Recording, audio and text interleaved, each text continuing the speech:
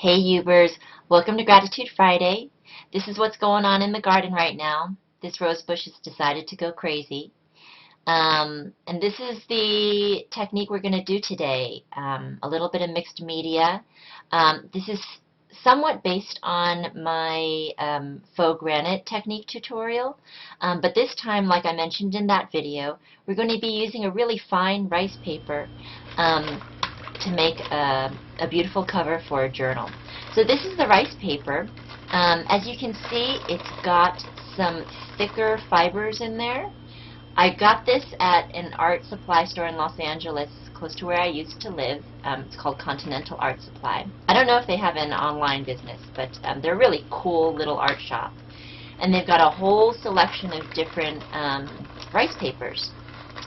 And this was a pretty basic one, and I hauled it over from when I moved to Las Vegas, and it got here intact, so that was awesome. And I think because I'm on a roll with it, I might be making several of these covers over the next couple of weeks. So I'm just tearing pieces of the rice paper in the exact same way that I tore the pieces of egg carton for the faux granite video tutorial. And I just want to create really irregular pieces because I think the more irregular, the more authentic it will look. So I cut up all my pieces, and now it's time to prepare my canvas. I cut two pieces of chipboard from, actually this was a piece that had come in a shipment of something that I had received, and it was like 8.5 by 11. I just cut it in half, and I'm covering the top with some gesso. I had tried it without the gesso, and when you do that, you definitely see that dull chipboard color underneath, and I ended up not liking that. It might have pleased me if I had done some warm colored distressing with distress ink prior to putting on the rice paper, but just by itself, kind of not, I wasn't psyched about it. So I'm covering the bottom with gesso, and I actually like seeing all those brush strokes. And I'm adhering the strips of rice paper with matte medium, M-A-T-T-E. A little bit pricey, but you know, you want to go in there with your coupon.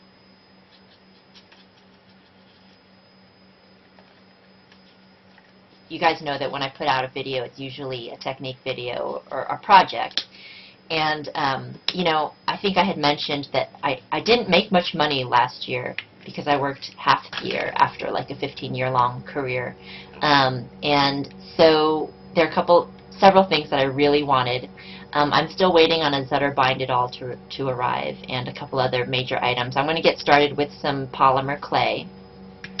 But I have another haul from 2Ps. And that just may be the next video that I share with you. I think there's a whole population of people out there who love watching hauls. It's like they get some vicarious pleasure from it. I think I kind of do. I've seen a couple of hauls recently that get me excited because I see how much the video maker is excited about the product that she's received.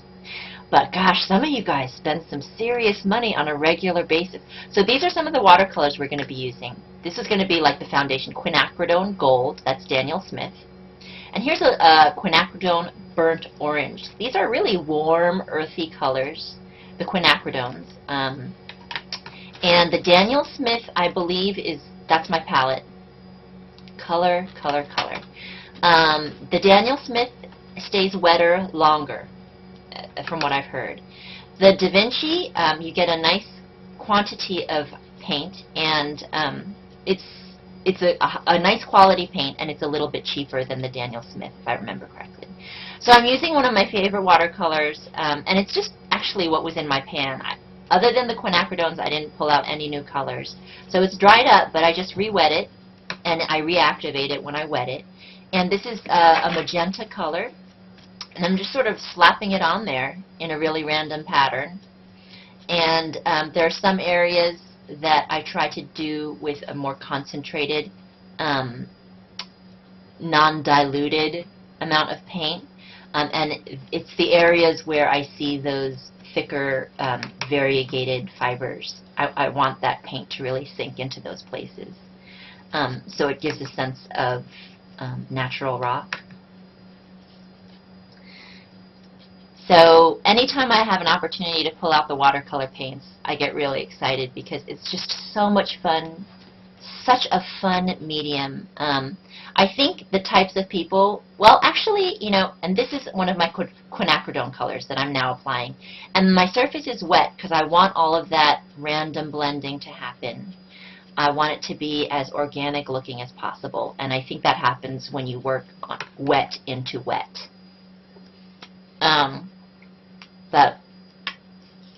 So I think I was talking about watercolor. I think there are some watercolors who work really, really carefully and really tight and in a really controlled fashion.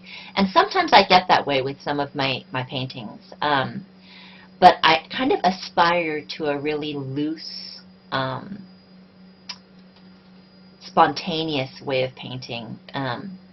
But you know, these pieces of artwork or craft that we work on, they're so precious to us that I think sometimes I tend to, my physicality gets very stiff, and I get kind of uptight, and then the artwork ends up looking uptight. But you know, sometimes when I'm feeling kind of carefree, things happen in a way that's much more exciting to me. And with this type of project, I never feel uptight. I feel like, gosh, whatever happens is going to be great. So I really suggest that you try it. It's so much fun. This palette was those quinacridone colors, a magenta color, and I think I ended up towards the end layering in a little bit of my hooker green because I really do adore that the life that it brings to the canvas and the sort of mossy living element that it brings. I think partly why it's been a bit longer than usual that I haven't come out with a technique video is because I actually spent a lot of time thinking about this project before I actually, you know, sat down at my craft table to start making it. Because, like I said, this was supposed to be, and I'm still not sure I'm going to do it. It may end up just being a little piece of artwork that I keep in front of me because I really believe in the statement behind it. There's going to be text on this front cover, and if it ends up being a journal, there will be more text on the inside cover. But so I spent a lot of time thinking about what I wanted to say with it. And if you visit me on my blog, my post from yesterday, that was April 25th, 2012, I talk a lot about the thoughts that went into making this. There's a, you know, I recall the story of from my teens when I worked in an animal hospital, because at that time I was, you know, dead set on becoming a veterinarian. And it was so much fun because as I recalled the experience, I was just laughing so hard. Because in retrospect, you know, it was a hard job, but in retrospect, that was funny.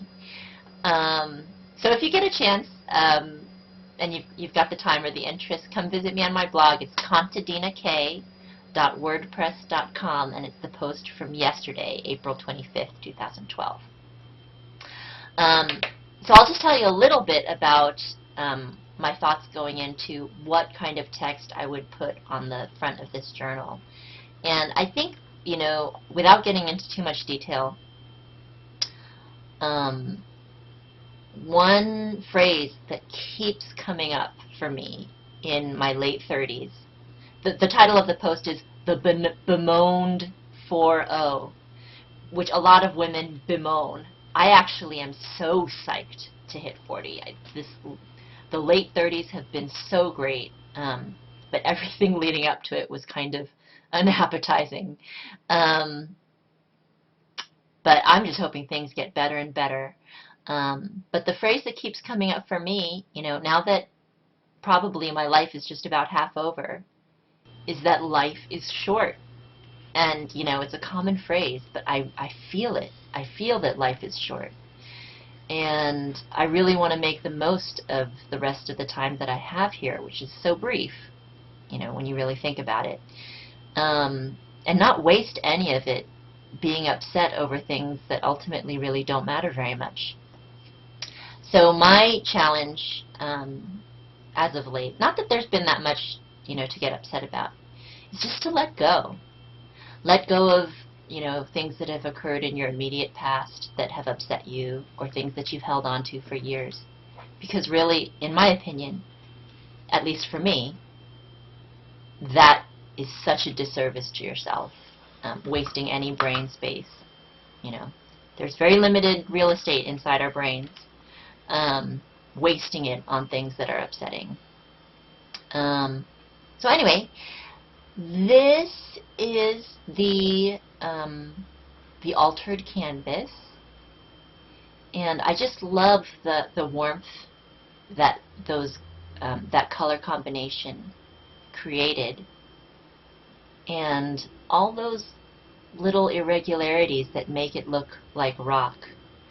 So, when we use the egg carton, you end up with kind of a thick piece. But this rice paper is so fine. And with that little extra step of putting gesso on it prior to adhering the rice paper with matte medium, you end up with hardly any extra thickness on your chipboard.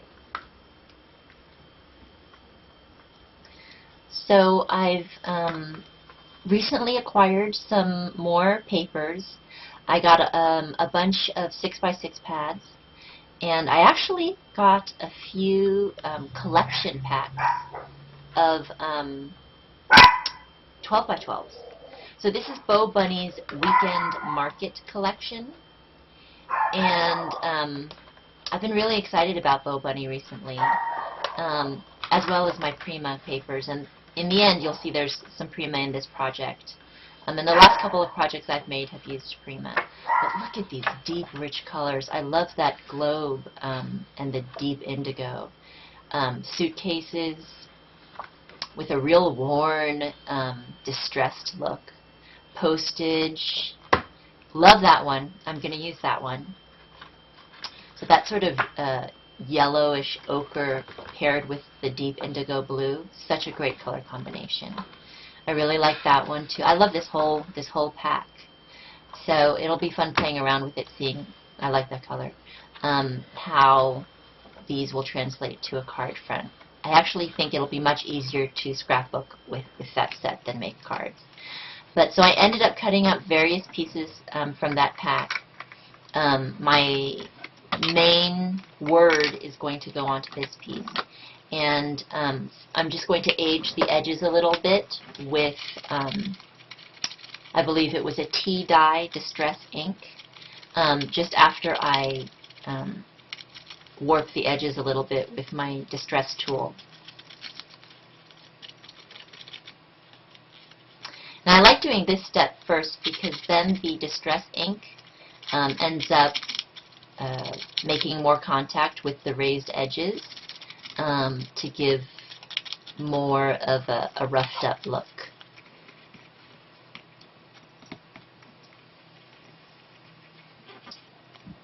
So here's the piece after a hefty dose of distressing with the tea dye.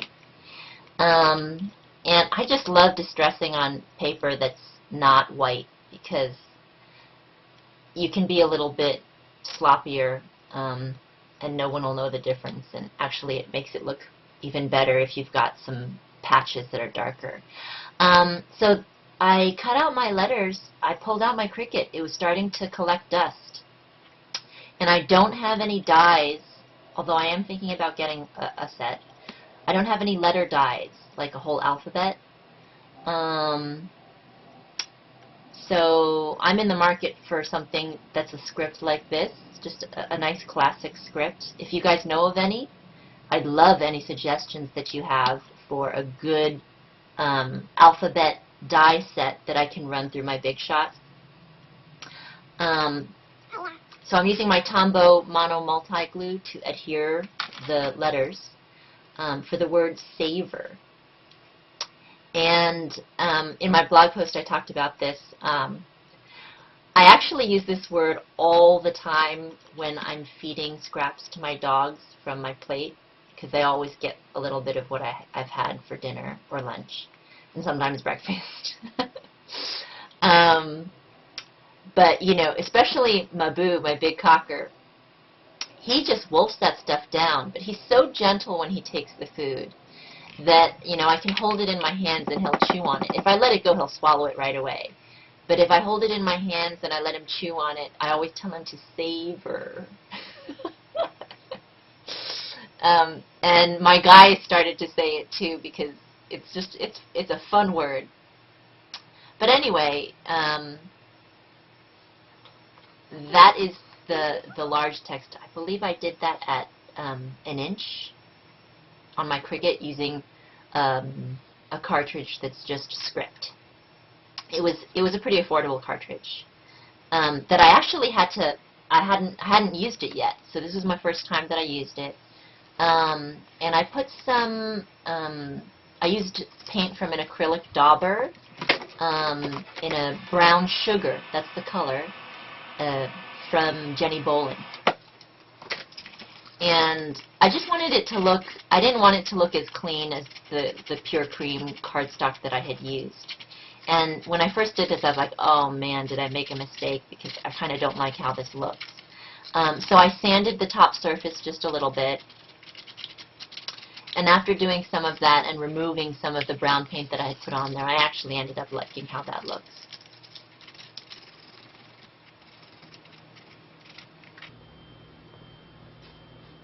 So I cut some strips of paper from that Bo Bunny Weekend Market pack, and I did the same thing with the This Moment section that I did with the Savor letters.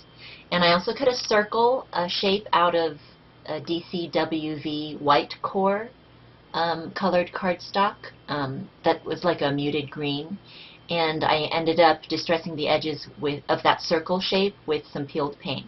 I spent quite a bit of time arranging those shapes on the paper in a way that I liked. And after doing that, I propped up the Savor onto pop dots. This is part of the tutorial that actually requires me to show you quite a bit. I got this from a recent card that I saw on the Moxie Fab challenge. It was for handmade DIY embellishments, and she made this beautiful bloom. Her name is Lauren Bassin, where you basically you cut like these heart-shaped, I would prefer to call them kidney shapes. I've been cutting them in kidney shapes. Irregular kidney shapes, and then score down the petal in sort of a V shape. So the scoring starts to flay. And hers was really nice and clean. To shabby it up a little bit, I actually sanded off that top level. And you cut a slit down the middle just like that. And the more you cinch that in, the more dimension your flower will have. So I glued that center, I cut down the center, I glued it, and then I'm holding it closed with a tiny little that's not a paper clip, tiny little clip, until it dries. And then once they're dry, I remove those clips, and then it's time to get intimate with your paper. So I think on one of my last videos I told you I lost my bone folder. That was such a tragedy. Still hasn't been found. So I went to my local hobby store and I got a new one. This is a Martha Stewart bone folder. And it's really luxurious to handle. Not that I'd ever buy ivory, but I can almost imagine that, you know, it feels very romantic handling the bone folder. Do any of you crafters feel like that? So this one bloom takes quite a bit of time, but if you enjoy doing this kind of handiwork, I think that the results make it worthwhile. I made another flower for a tag that's going to be featured on Hampton Arts blog on May 1st. So you can see the stepped out tutorial over there on how to make the tag. It's a nice vintage tag on May 1st. So, you know, I'd be so happy and honored if you'd go over there and check them out. You know, today, regularly, but May 1st is when my tag is going to be featured over there. So we're getting intimate, and we do this with all of the petals. And then before I actually assemble the flower on my my canvas, I just want to give you an idea of how it's going to look. So I've got 3 of my larger petals on the underside, and then on top of that I'm putting 3 of the smaller petals. And you end up with a really highly textured, funky, irregular bloom. You could just leave it like that, but I've been really excited recently about my Smooch Spritzes. They add a really fine shimmer to whatever project you're working on, and this is just the vanilla shimmer, so I think you could spray that onto anything really, and it just adds a diamond-like glaze to your project. So I'm psyched about using these on layouts as well, these sprays. So I spritzed my petals, and I let them dry, and then I adhered them to my canvas with glue dots. You could use hot glue as well, but you know, glue dots is a little bit cleaner. I thought about using that button, but this bead actually has a lot more personal significance for me, and the reasons why I'll share in another video, but I think it makes very much, it's a Buddhist bead, and I don't know if you guys knew, but I did martial arts for a really long time, and I was like an addict. I think I gave up on, for like a year, I just threw away my career and did Kung Fu and Tai Chi, like a mad woman. I really believe very much in a lot of the philosophies. This was Shaolin Kung Fu. I believe very much in the philosophies, and this bead came from a string of beads that I've kept with me for a very long time. But I think, you know, part of that whole philosophy is about, you know, living in the present moment, and you know, that's what this journal cover is all about. So I got these this bling from a new Hobby Lobby that opened up in my neighborhood. I'm so excited because it's right next to a Thai restaurant that I love to go to. It's like a cheap hole-in-the-wall restaurant that I just love.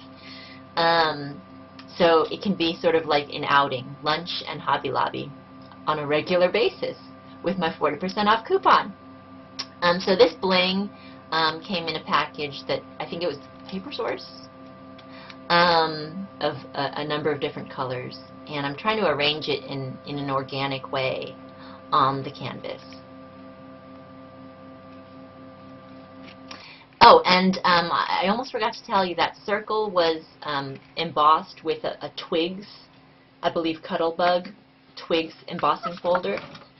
I also cut out these rolled flowers from my Sizzix Flowers 3D die. There are 2 flowers that come on the die. This is a smaller one. And I actually, if you look at the peach flowers on the top, those were altered a little bit with some chalk ink that I've started to play with from Colorbox. And gosh, chalk ink is so blendable. I don't know how, I'll have to play around with it, but I don't know how dark an image you can get from stamping with the chalk ink. I've heard other people rave about it, but so far as blending goes, it's really fun to work with. I spent some time arranging these blooms on the canvas, and I adhered them using hot glue because they have the extra dimension. The glue dots are really strong, and that's what I used for the big green bloom. But I tend to use my hot glue gun for these raised rosettes. And that last one I just shoved in between those petals of the green bloom. I had a scrap of the rice paper that, when left raw like that, adds a nice dose of texture. So I shoved that into the right-hand corner, right underneath the savor piece, to add some texture and also a little bit more light color.